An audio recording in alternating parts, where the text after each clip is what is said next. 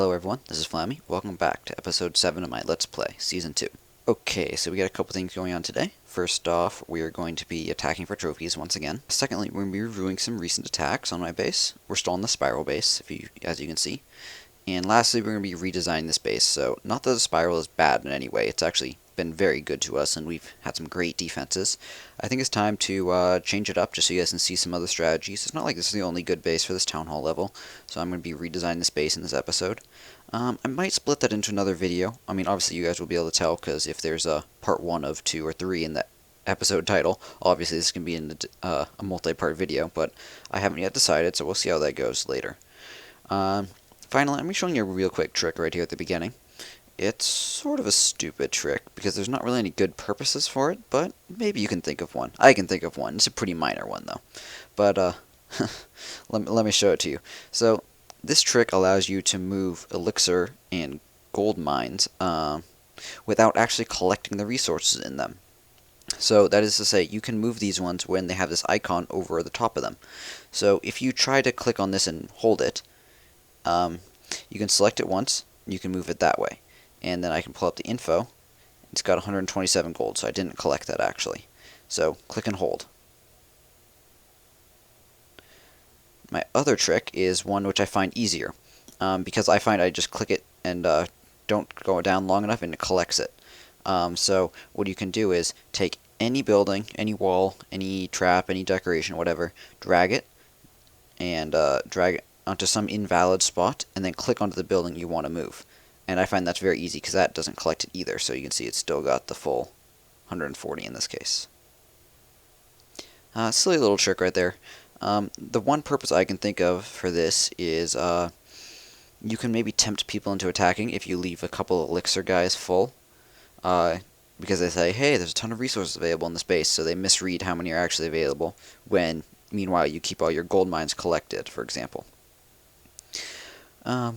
Okay, yeah, I did have one question on a recent video, which I thought was a very good question. And I've talked about it before. I talked about it in episode 2, part 2, when I redesigned my base and built this spiral for the first time.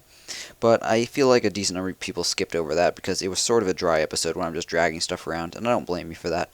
And that question was, why is there a hole in this wall, where this bomb is up here, this top wall? So this is a very intentional hole in my wall, and I'm fully aware that it's there. So why is it here though, opposed to somewhere else? Well, it's right here because this exactly is where the wizard tower can hit. So if I zoom in here, you can see the wizard tower's range extends onto that bomb, but more importantly, it can hit anything that comes through this hole in the wall and starts attacking this elixir collector right here. I'll just pull it up again so you can see that. So any goblins that come in, they're all going to get bunched up, and then the wizard tower is going to be able to hit them as straight as they come through. The second reason why I've got a hole in the wall here is because this wall up here is not being used as like a normal defensive wall that you might have in your base, or like these other ones in my base. This one up here is being used as what I call a funneling wall. Funneling walls simply force enemy infantry, especially infantry, it forces all ground units though, to walk around them when they want to hit something on the other side. So if you put barbarians out here, spread out all around here, if there's no wall here, they would just go for the nearest one, right?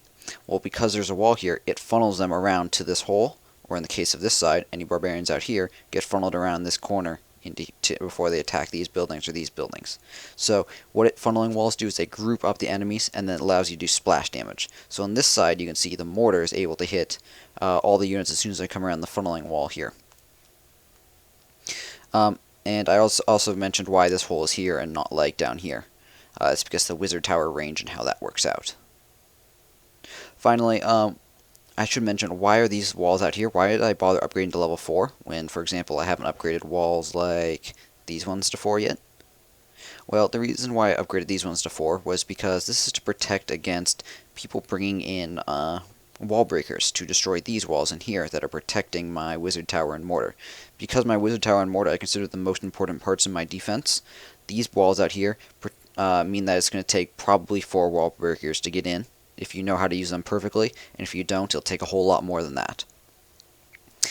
For the record, because I don't, to use wall breakers correctly, it's actually not that hard to come in here and destroy this wall in here, so you can bring in giants, say, to attack the mortar. All you got to do is deploy 2 wall breakers right here, and then they'll attack these 2 walls. Then you deploy 2 more in the exact same spot, and the way that wall breaker AI works is they go through the hole the previous 2 created and attack the next thing in a straight line. Boom, boom, boom, boom, boom. If you deploy 2 right here and they detonate here, then you deploy 2 more off to the side here, they'll just go for the nearest ones once again. You gotta deploy them in the exact same spot. Okay, so that's it for that for right now. Let me know if you guys have any questions in the comments about that. That's a pretty high-level tip right there. It's pretty important, but sort of hard to understand, and I understand if you guys are confused. Okay, so this is our current army. I did overbuild wall breakers. Actually, this is another good tip I'll show you guys. So, I tell you guys that it's a good tip to queue up elixir, and as you can tell, as I bring this up, I've got a whole lot of elixir queued. So I've got 30 guys in here. I'll cancel them out, actually, so, I'll cancel them out so you can see actually how much elixir I had. I had about, I think it was like 90,000 before, so just that one brought me up to 120. And 35 more in here. And these are 1,500 each, which, man, that's a lot of elixir right there. So we're up to 177. And finally this one. And that brings us up to a total of 221,000. Okay, so that I was storing a bunch of elixir in here with using wall breakers, but then people come along in my clan chat and be like, hey, I want troops. Well, it looks like no one wants them right now. I was going to show you by donating, but no one wants any. But so if you have wall breakers queued up and you have and you then donate troops, they'll start completing. So that's what happened to me by accident. That's why I have 9 of them, because I donated 5 archers and then 5 more wall breakers built, so I'm 5 above my normal amount of 4. But here I'll show you another trick, is how you can get rid of unwanted troops like this. So I mean, you could donate the 5 extra wall breakers to a clan castle mate, but honestly, like, don't do that. Especially wall breakers, they're just terrible. They don't do like any damage against enemy units, and then they only attack once because then they die. 16 damage per single attack. And yes, they do splash, but 16 is really nothing. Like, a barbarian will do 16 in like 2 hits. I meant to pull up the stats. 14. 2 of them is like well over what 1 wall breaker does for the same population. Not to mention, then slows the units down because it's got a lot of health and doesn't die. Okay, so what do you do though now that I screwed up? Well, I could just go and attack and like use them up slowly, but what happens if you got like 20 of them overbuilt? I've done that by accident before. I don't think on this account, but on my main account for sure. Well, what you can do is you can come into attack here, and you can come into any single player mission. So I'm loading a single player mission right here, not multiplayer. So I can be like, oh, okay, I've got 5 too many wall breakers. Well, let's get rid of them. Actually, I'll demonstrate the wall breaker AI I was talking about before. So the first one goes for the nearest wall. Once I put down the second one, though, and then, well, the next 4, they're all going to go for this wall in here. So watch this. See that? And 2 of them got through, 2 of them got taken out. But say that this was the mortar I was aiming for, I could now deploy giants right here, and they'd go straight for the mortar. And now we're down to the pre-mentioned goal of 4 wall breakers. And that's also how you get rid of wall breakers or any other unit that you happen to have built that don't want anymore. And you can do that without attacking and losing trophies. It especially matters if you are working on your trophy count at the time and don't want them to go to waste. Okay then, so we've got the last couple archers building up, and now they're done. Perfect. So let's go on an attack. I do have 1 builder. The other builder is occupied right here. So I don't really have any gold projects. Well, I do have this. I could upgrade the wizard tower or the air defense if I happen to get enough gold. So the main thing we're going to be doing is getting 30,000 more elixir so we can start this final army camp, get it up to level 5. That'll be maxing out our offensive capabilities right there. But as you can see, we got a problem. So what if we attack and we find someone with 50 to 100,000 elixir? Which is possible, quite possible. We're only able to store 30,000 more right now because we've got a max of a quarter of a million, 250,000-ish. What you can do is you can store elixir right here, and we're not storing it for the purpose of preventing people from taking it, but we're storing it for the purpose of letting us steal more so we have the room to steal it. So I'll just queue up. I'll just do 2 barracks this time. We don't need to do all 3. But right there you can see we just went from 220,000 to 140,000. So now we've got a lot more room to steal stuff with. So let's go find a match and hopefully get that elixir that I just made room for. 25,000 elixir and a high level base. Yeah, no, not worth it. They were only one level higher than me, but they were also in process of upgrading, so same level as me, not great amount of resources. Let's rate their defenses though. Not bad. This inner wall, I'm not a fan of that. For two reasons. One, don't upgrade your inner wall to the highest level. Why? Because I mean, the walls you should upgrade to your highest level first is the walls that get attacked most often, and those are always your outer walls, and specifically walls that are right next to defenses and stuff. So don't use gold and black walls in here when everything else is level 2 and 3 outside. The other reason I don't like this is, I mean, what's the point of putting a wall just around your town hall? If the enemy gets that far that they're attacking that wall, you're dead anyways. The chances are they've wiped out all of your towers and turrets and stuff, so it doesn't even matter.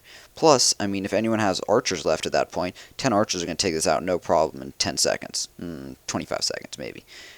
Yeah, so I'm not attacking this because of the resources, but just doing a little review on that base right there. Let's get back to searching. I do have a base in mind that I'm going to build later. It's going to be another symmetrical base. It's going to be an expanded version of what I did before. I do like this base, actually, with a couple exceptions. I like that it's 2 spirals.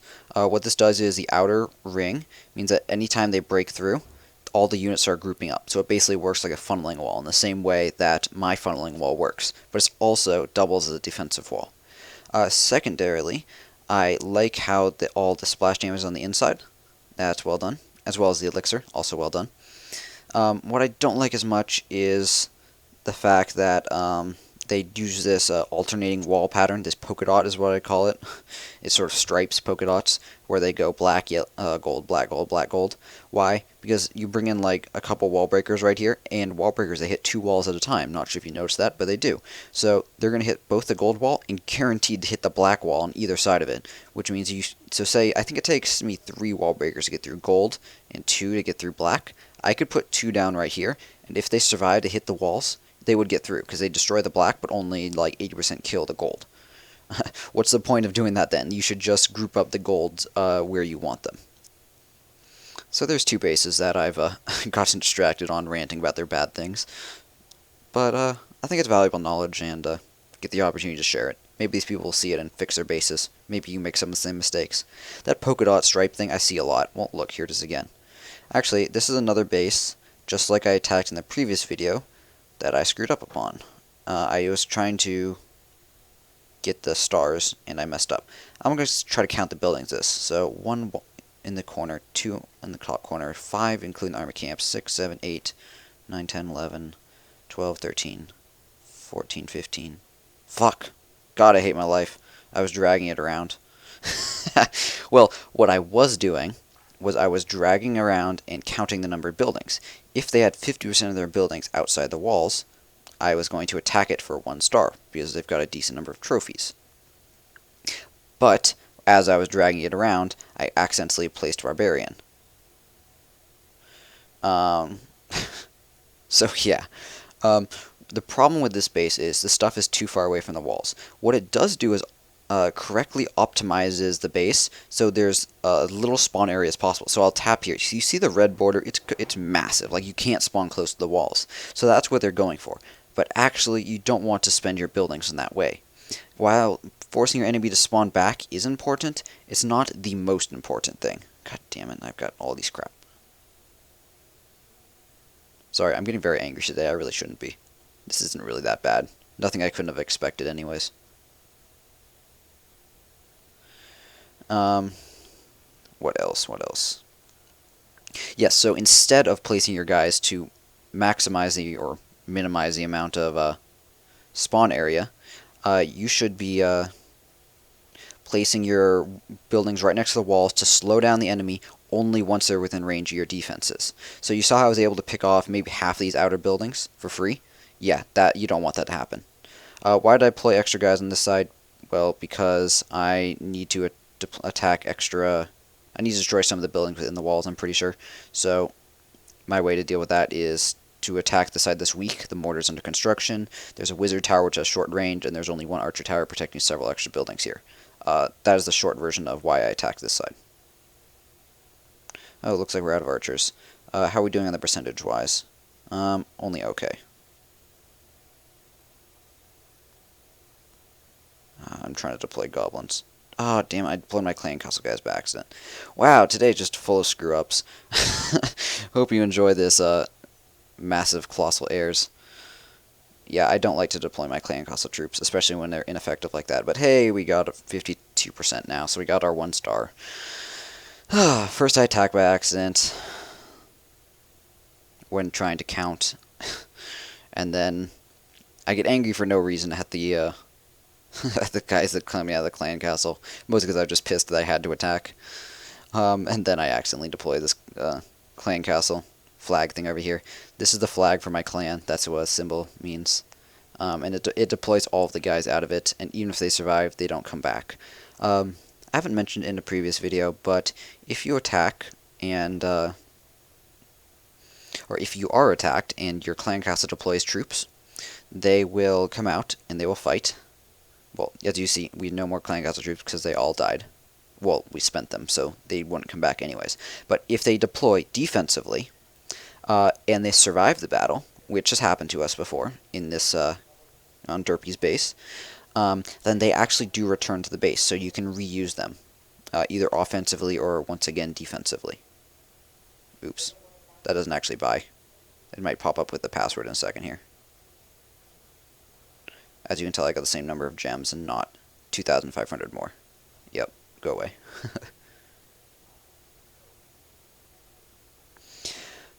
Yeah, I'm full of misclicks today. What is this, guys?